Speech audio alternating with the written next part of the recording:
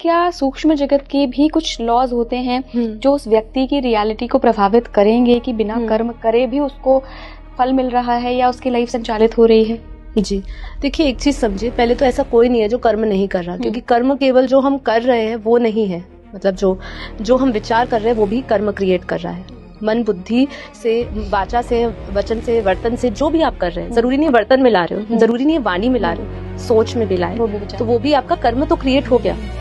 बल्कि वो कर्म इतना गहरा होता है कि आपका किया हुआ कर्म फिर भी वो डिलीट हो सकता है, लेकिन जो विचार का बीज आपने जो डाल दिया है, वो आपने किया हो या ना किया हो, उससे इतने सारे कार्मिक्स आपके बन जाते हैं और वो आपके भाग्य को भी बना सकता है, बिगाड़ सकता है। तो इसीलिए कोई ये कहे कि मैं कर्म नहीं कर रहा हूँ, चाहे वो खाली बेड पे बैठा रहे, कुछ नहीं करे, पर विचार उसके नहीं रुक सकते, संकल्प वो नहीं रुक रहा है, संकल्प तो चल ही रहे हैं, क्रिएशंस तो हो ही रही है अंदर।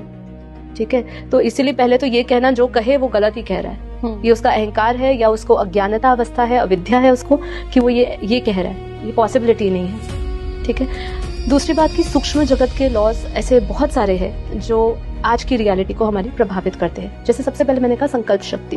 ठीक है, जो संकल्प है, जैसे कि हम जैसे कॉमनली जानते हैं कि जो जैसा हम बीज बोएंगे वैसा ही हम पाएंगे, जो सोचेंगे, जैसा सोच वैसी आपकी सृष्टि बनेगी, वैसा ही आपका संसार बनेगा।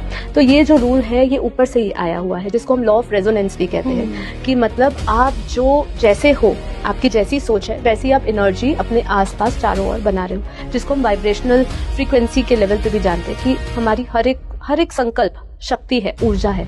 इसको हम समझे, इसलिए कहा गया ना कि हम स्पिरिचुअल बीइंग्स हैं और हम यहाँ ह्यूमन एक्सपीरियंस लेने आए हैं। हम सब ऊर्जावान हैं। हमारा हर एक शब्द, हर एक संकल्प, हर एक शक्ति वो ऊर्जा है, वो चेतना है।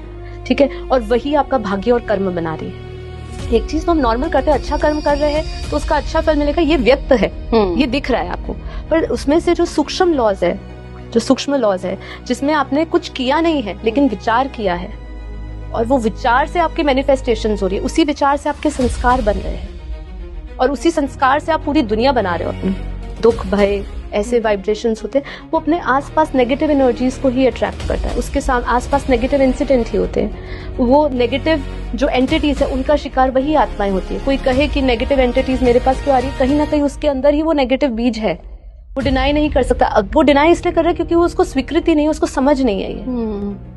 बट जो भी है आपके अंदर, किसी भी प्रकार का भय है, किसी प्रकार का काम, क्रोध, लोभ, मोह, अहंकार, कोई भी अवगुण है, वो कहीं ना कहीं वो वाइब्रेशंस, तरंगे, क्योंकि हर एक इमोशन स्टोर जो है वो तरंगे निकाल रहा है, उसमें से जो स्पंदन निकल रही है वही एनर्जीज आप अट्रैक्ट करते हैं।